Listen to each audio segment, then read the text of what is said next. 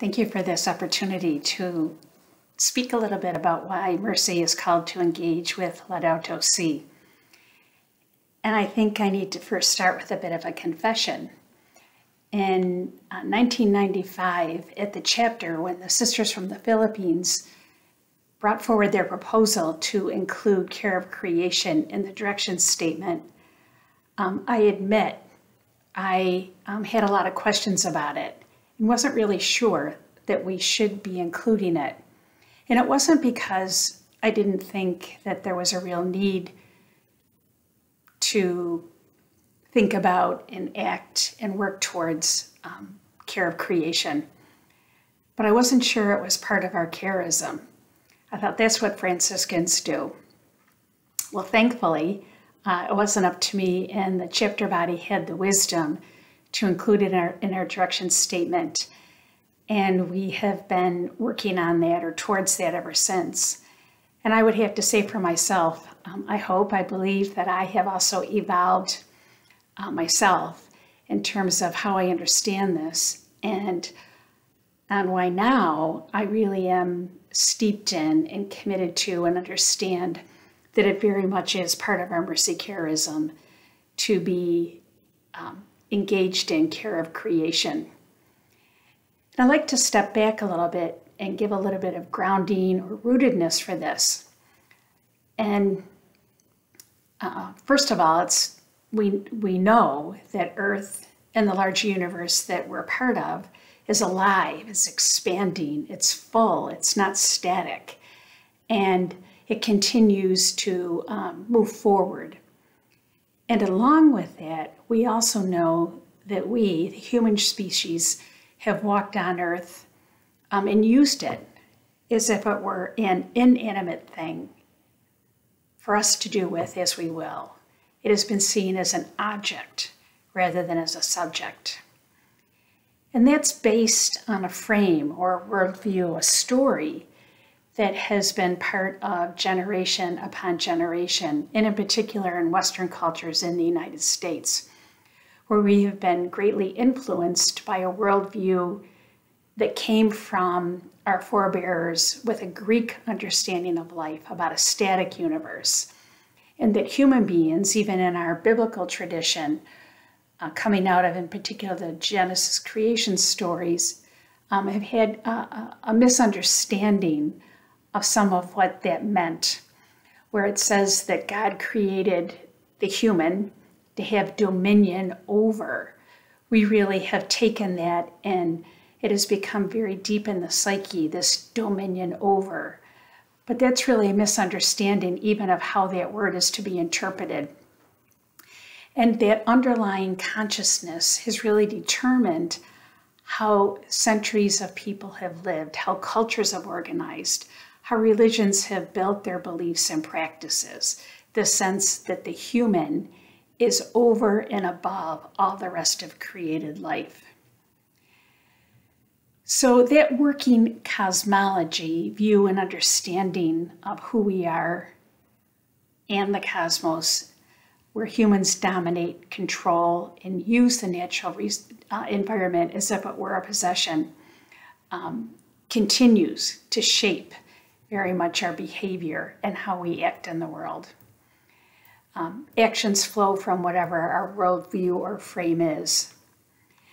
And basically, that can be summarized in a sense that the human species sees itself as one of domination, that life is hierarchical, static, mechanistic, that there's a very dualistic view that is brought to bear on the way things are, the separation or things as seen as either ors, matter and spirit, science and religion.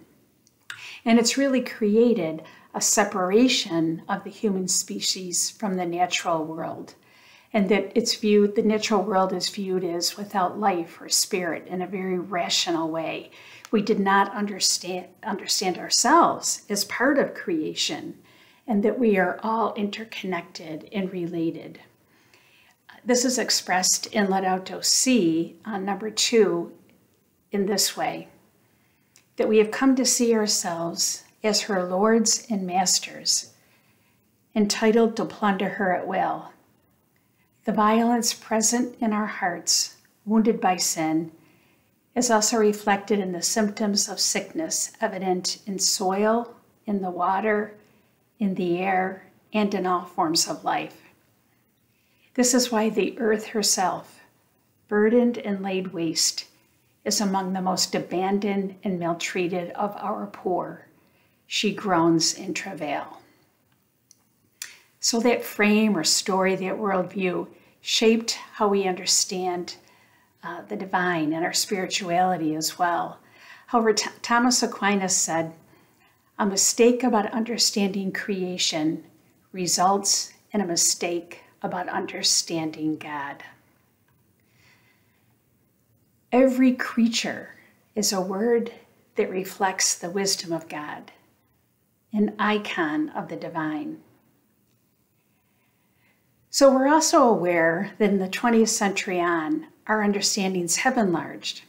Scientific discoveries, the astronauts' view from outer space, that image, that view of Earth from outer space, as well as the thinking and the writing of many theologians, such as Desjardins, Thomas Berry, Beth Johnson, Dennis Edwards, and others, have helped us understand that the universe story is our story. This has incredible implications for everything. The underlying consciousness we hold affects everything. How we see and understand life, how we act, how we make meaning, what we value, what we choose, our spirituality. So what we're learning, what we've come to understand, is really the sense of a movement from ego to echo, moving from a rational age, which made wonderful contributions to life, of course, to one of integration and wholeness, of higher, more unitive consciousness, of interconnectedness, mutuality, inclusiveness, where the divine infuses all of creation. The universe is the revelation of the divine. Beatrice Boutros said it this way: we need a new theology of the cosmos, one that is grounded in the best science of our day, so that all the world turns sacred again. So all the world turns sacred again. So what does this mean for mercy? What does it mean for those who are named mercy? You know, as we, as a species, teeter on the brink of extinction or transformation, I believe mercy is needed now more than ever. Thomas Berry said, the environmental crisis is fundamentally a spiritual crisis. And if you put it in that context, it really shifts things. So our charism, mercy, that gift of merciful presence and response, a compassionate response to suffering that's called forth by the pain or need of another, something felt deeply and then responded to, is what really draws and motivates and moves us.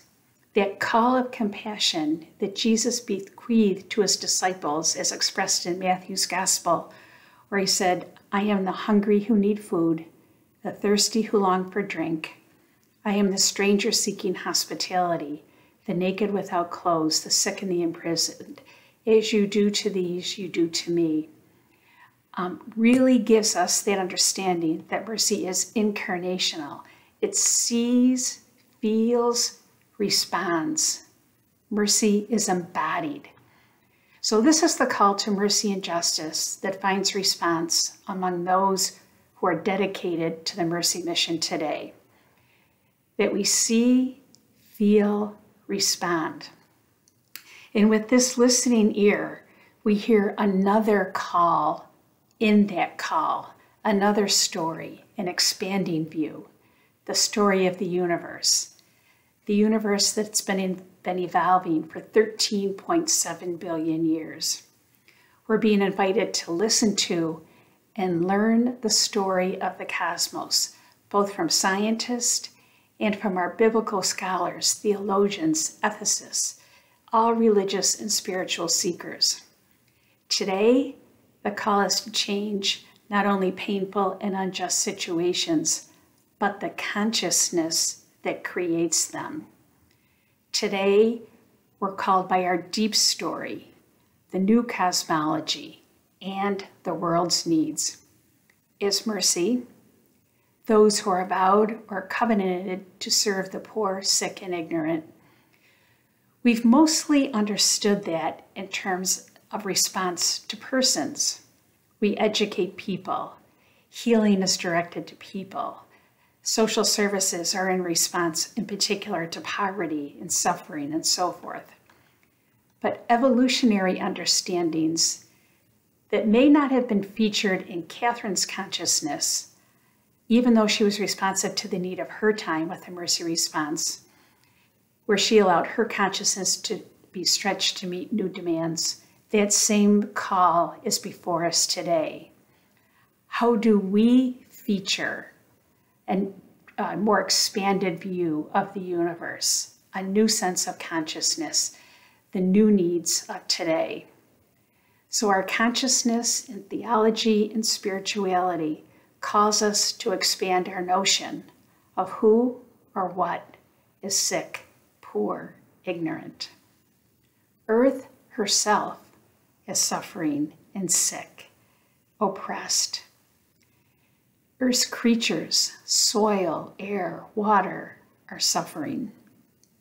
This is the new cry of the poor, the new poor, the other than human poor.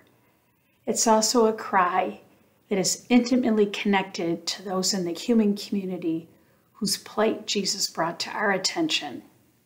Those who hunger and thirst, who lack adequate food, water, shelter, and who are marginalized and imprisoned. The urgent call to mercy and justice comes now with not only a social, but also an ecological ring. They cannot be separated. Economic poverty coincides with ecological poverty. The poor, those who are poor, suffer disproportionately from environmental destruction. Reflection about the natural world under threat becomes more complex when we take into consideration the links that exist between exploitation of Earth and injustice among human beings themselves. That's the great contribution, I think, of Laudato Si, that connection, that linking, that interweaving of cry of earth, cry of poor. Structures of social domination and economic systems based on consumerism are chief among the ways abuse of earth is accomplished. Social injustice has an ecological face. The ravaging of people and the ravaging of the land go hand in hand. The edge of our circle of mercy must be widened to include earth and all life. Our common home must be understood as what is calling us to greater mercy. Pope Francis proposes this as integral theology, embodied and lived out as a global spirituality centered on the reality and effective power of mercy. Mercy is often understood through the story of the Good Samaritan, who our neighbor is. Cosmic thinking invites us to focus not just on the human characters in this story, but also on our neighbor, the animal, the trees, air, water, and engage all with compassionate, neighborly love. It invites us to reverence all of creation and the creator of all that is. In Laudato Si, again, it says, caring for our brothers and sisters means caring for the home we share.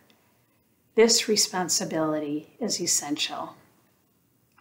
Our mercy charism must be grounded in evolving consciousness in a widened circle of who and what is included. Thank you.